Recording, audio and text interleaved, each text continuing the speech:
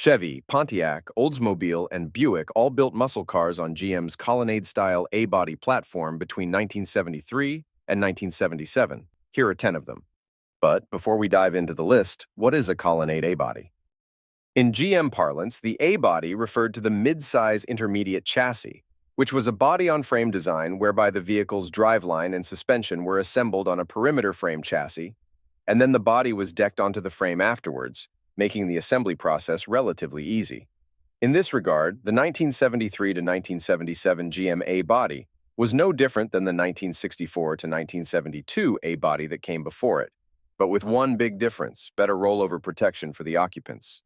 The name Colonnade refers to the car's three pillars, and unlike earlier hardtops with just two pillars, the windshield A pillar and the C pillar at the tumble home, the Colonnade cars, both coupes and sedans, all had B pillars as well. This extra support gave them added protection against rollovers, which was a federal mandate, just like the 5-mile-per-hour crash bumpers and smog equipment.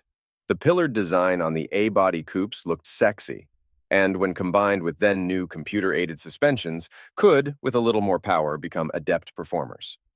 Despite their swoopy aerodynamic shapes and vast numbers, over 7 million Colonnade A-body cars were built between 1973 and 1977. Relatively few survive today, and even fewer get built as hot rods. With those numbers, it's not unusual to pick one up for a fraction of what a 64 to 72 A-body costs, and when they are turned into muscle machines, they stand out from the crowd. Here are 10 Colonnade A-bodies we've run across through the years. 1974 Chevy Laguna. It's quite possible you remember this car because it starred in the cult classic Cannonball Run with Burt Reynolds, Sammy Davis Jr., Farrah Fawcett, and other big stars from the 1970s. The Laguna was a common car to use in stock car racing, and for the movie it was dressed in full NASCAR livery. This one is a clone of that movie car that crossed the Barrett-Jackson auction blocks in 2017. It has a 454 CI big block Chevy, an engine that you could still get from the factory at the time it was built. 1977 Buick Century Special. GM's Buick division made great use of the Colonnade A-body platform with the Century and Regal. As the stodgiest division within the GM lineup, with perhaps the exception of Cadillac, most mid-70s Buicks weren't headed for life at the drag strip, but the bodacious proportions of the A-body lent itself to customization in all forms. As seen in this 1977 Buick Century Special, we especially like the laid-back grille, unique to the Special, lowered stance, and big rolling stock, which tucks nicely into the Buick's bodywork. 1974 Oldsmobile 442 Cutlass. Almost simultaneous with Pontiac's release of the 1964 GTO was Oldsmobile's introduction of the upscale 442 muscle car, which was based on the F85 Cutlass. In most people's memory, the 442 falls off the radar after 1972, but it still soldiered on with the new Colonnade A-body platform. While exceedingly rare today, autoarchaeologist Ryan Brutt discovered this M-code 350CI-powered 1974 Olds 442 in a barn. 1974 Pontiac Le Mans.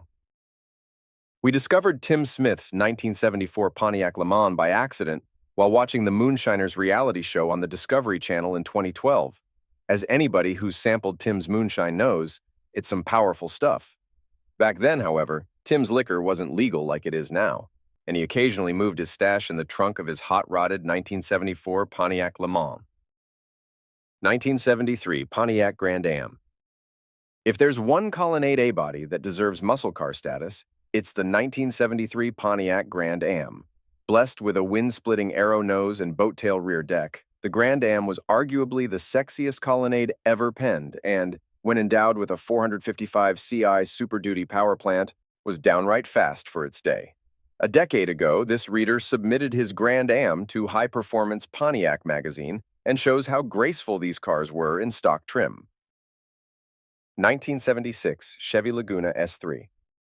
Steve Yoder's 1976 Chevy Laguna illustrates how perfect a spare-no-effort Colonnade A-body can look and run.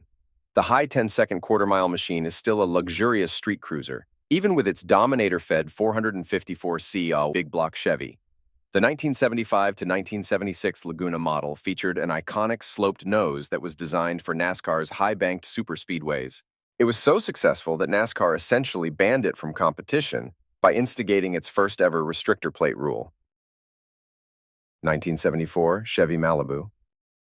Nothing epitomizes the heavy Chevy look like Brian Grove's 1974 Malibu. It wasn't born with its current 572 cubic inch F1R Procharge big block Chevy, but it looks like it should have been. Brian has taken it on Hot Rod Power Tour and run over 150 mile per hour in half-mile racing competitions. The Malibu is the base trim level under the Laguna S3, but it's also mechanically related to the Chevy Monte Carlo, which is also built on the Colonnade A-body platform. 1973, Buick Century Stage 1. Like Chevy's Monte Carlo and Malibu, Buick also had multiple models that took advantage of the Colonnade A-body platform. The Century was Buick's initial Colonnade model, with the Regal coming later in the platform's evolution.